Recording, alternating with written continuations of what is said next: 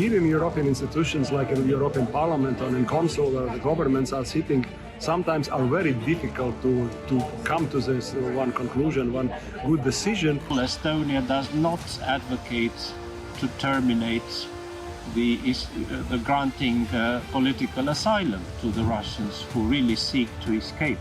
Well, of course, we have some exceptions in terms of humanitarian reasons, and of course, we are still welcome dissidents from Russia.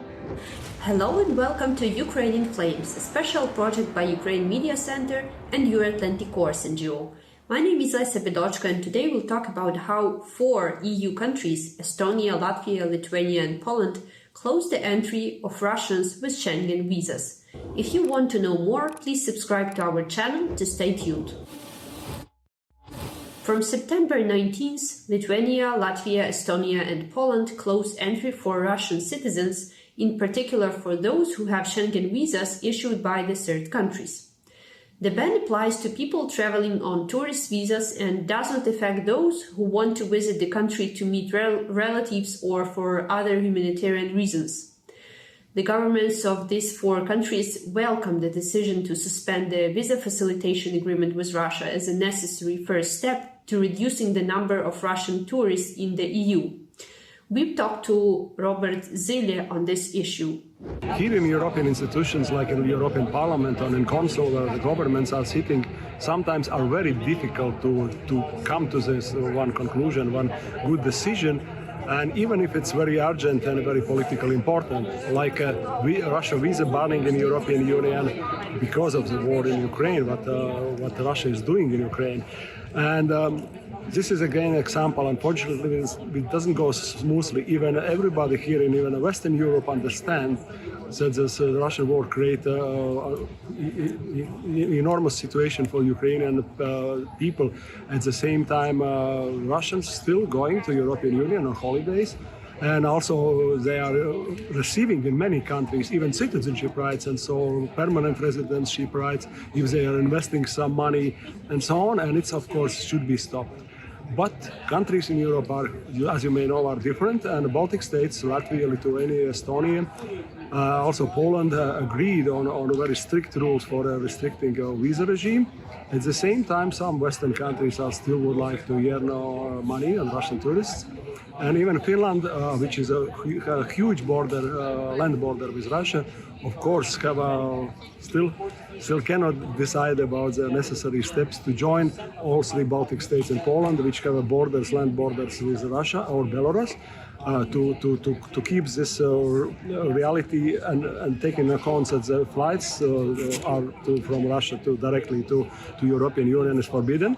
So it would be good success that Russian tourists really will not be able to go so easy, almost. Kārli, es nevaru norunāt visu to. Labi. Tā es palikšu no tā gaisa, ja? Jā, kad ir aizvērts gaiss, jā. And taking into account the geography, when Finland, 3 Baltic states and Poland are the only European Union countries which have a land borderline with Russia or Belarus, if we would agree with a joint regime, even among those 5 countries, it would be really success to practical banning of Russian visits to Russian citizens' visits to European Union, because flights are forbidden from Russian airlines to not only Russian airlines but other airlines as well from Russia to European Union, and then tourists, so-called tourists from Russia, would be able to go to some Western European countries only via Istanbul or some other places, Dubai, or by flights. But it would be much less of them would be in the European Union soil and enjoying the sun, wine and other things when Ukrainians are dying or fleeing away from as refugees. So I think it would be just fair. And also even countries like Baltic states, which have a very bad experience with Russian Empire sinking in history, also we were blind sometimes. We were blind by Russian money. I will give you an example from my country, from Latvia, where my party, National Union, was always against to sell temporary residentship rights for investment in Latvia And well, we lost, but it was during the 10 years, a lot of Russians bought land, properties, houses, and did some other investment in our country. Later on, we experienced, because of the dirty money, a huge amount in Latvian banking sector in 2018, also bankruptcy of one of the biggest banks. And also now, all those politicians who used to say, look, we are welcome this Russian money, now to think and understand that it was a mistake and we have to fix it. And also not only visa issue, but also this temporary or permanent residency rights should be checked. And European Union member states should be forbidden to sell citizenship rights to Russians and Belarusians for investment. I think it's just a shame to still use this practice to still continue in European Union member states. Grigore Stoicescu presented his own vision on the situation. Issuing of tourist visas to Russian citizens, to the European Union countries, or more precisely to the Schengen area, is both a political and a moral, ethical issue. First of all, Russia is an aggressor country that wages an atrocious war in Ukraine, killing Ukraine's civilian population, children, women, elderly, and men, of course. And at the same time, Russian citizens want to travel freely to European countries, to the beaches of Italy or Greece, to shopping on Champs-Élysées in Paris or at Harrods in London. I personally believe, and of course I speak for myself, that this is absolutely unacceptable. Some countries and some governments in Europe claim that this would then limit the possibility of Russians of those who do not stand or support Putin's regime to find a way to Europe, to escape from the terror of the regime in Russia, which is absolutely a false presumption, because they simply mix tourism and tourist visas with asylum seeking, which are two absolutely different things. For example, Estonia does not advocate to terminate the granting political asylum to the Russians who really seek to escape Putin's Russia. We are not against that, but we are against tourism as in terms of business as usual.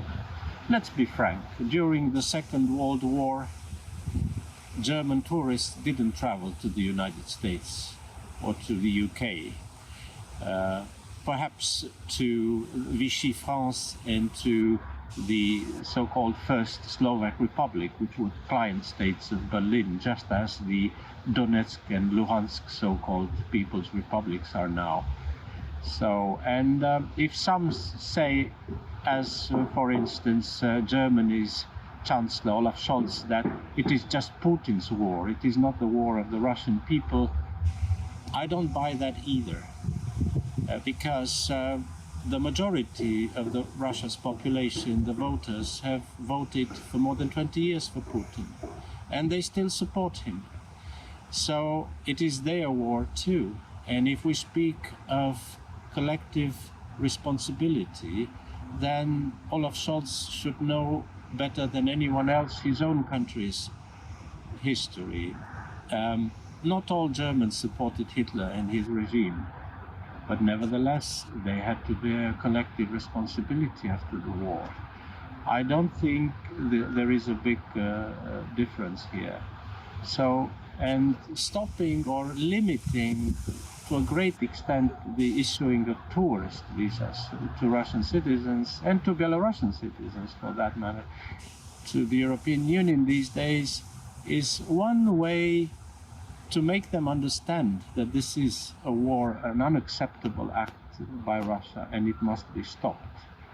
We must use every opportunity to bring to them to understand that this war must end. Julia Bali commented on this step as well. So you probably know that three Baltic states, Estonia, Latvia and Lithuania, and also Poland, is going to limit the flow of Russian tourists into our countries. Well, I mean, not just limit, but totally ban. The agreement we had between 4 countries will be valid since 19th of September. And since that day, we are not welcome any Russian tourists here in Baltics and Poland anymore. Well, of course, we have some exceptions in terms of humanitarian reasons. And of course, we are still welcome dissidents from Russia whose lives may be in danger if they stay there, but no tourism anymore. It was a hard decision. We had a hard talk here, but now it's taken. And I really welcome this decision. And I'm not the one who supports every decision of the state government, but this one I really like. Let me explain why. Actually, I was not thinking about Russian tourists at all. So I supposed to think more about Ukrainian refugees who are here in Estonia. It's about 52,000 of people we accept here. And their life here is maybe not the easiest one. So that was the point of my interest, because I'm one of the volunteers who help people with the accommodation and food and everything necessary for their lives. But I was not thinking about tourists from Russia, but let me tell you the story that changed my mind. Maybe a couple of weeks ago, I was enjoying the last summer days in a beautiful medieval Tallinn in one of my favorite bars. It was evening and people were quite happy. It was weekend. And I saw a couple. A young lady and a young man, they were sitting together having a small talk with the bartender, but I was forced to listen to this small talk because they speak quite loud in Russian. They were drinking beer, laughing, and feeling very happy. And they told to the bartender that they are from Russia, from St. Petersburg. They are a young couple, they have holidays in Europe, and they decided to start, of course, from Estonia because the border is so close and they have Schengen visa, but they have about 2 weeks of holidays in Eastern and Western Europe, and so on and so on and so on. They seem to be quite happy, enjoying their lives. And at that moment, I realized that something is wrong. This is absolutely wrong, because maybe at this moment, particular moment, another people in Ukraine are suffering. Maybe somebody's just killed or raped or tortured. And sitting in the bar, looking at this couple, I remembered one girl, a young lady from Mariupol. I met her in late May, here in Tallinn. She just arrived. She was pregnant. A very pregnant, if you know what I mean. And we were sitting on the sofa in my apartment. I was trying to help her with some essential things for the baby.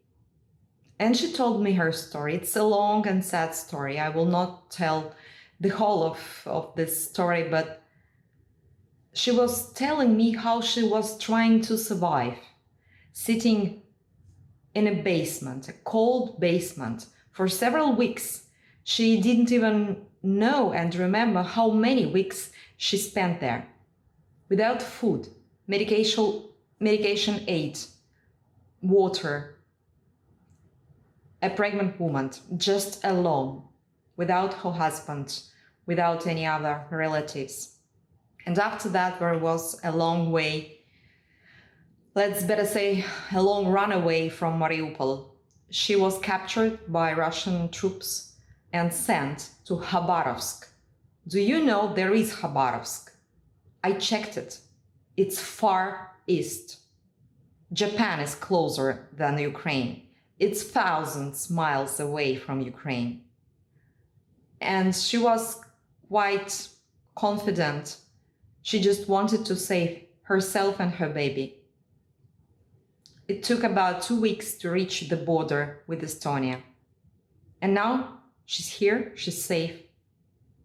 Maybe not happy, but at least safe. And the little baby girl was born here in Tallinn. And looking back to this meeting with this girl, Tatiana, from Mariupol, I was sitting in this bar and thinking, how could it be that Russian troops are killing people in Ukraine, and at the same time, we allow Russian tourists enjoy life, their lives here in Estonia, Latvia, Lithuania, Germany, Poland, France, Cyprus, anywhere in Europe. This is not fair. Well, I'm just a journalist. I don't take any decisions on a state level. It was just a thought that this is unfair. It shouldn't be like this. And just in 2 weeks, the state governments of 4 countries took their position. Of course, I'm not pretty sure that this is quite legal in terms of Schengen area. And maybe we will have some restrictions, real strong reactions, and even sanctions from the European Commission. We'll see. But I don't think countries will change their positions in terms of this issue, in terms of Russian tourists. I know it's a hard decision for the government because we're a small country. We depend on tourism as well. And it's maybe a difficult time for some hotels and bars and restaurants who used to welcome Russian tourists here. But this is the only way to stop it. We all must do something. Even if it's a small step, we're a small country in terms of European Union, but we have strong position. We have to do something. Everybody has to do something. And this is the first step from us. Not the last one, I'm pretty sure. Glory to Ukraine. Glory to your heroes. We all here waiting and supporting your victory. You've been watching the special project by Ukraine Media Center and Euro-Atlantic course dedicated to Russia-Ukraine war, Ukraine in Flames. In description there is information how personally you can help Ukraine against Russian aggression. If you find our job useful, please like and share this video. Everything is gonna be Ukraine.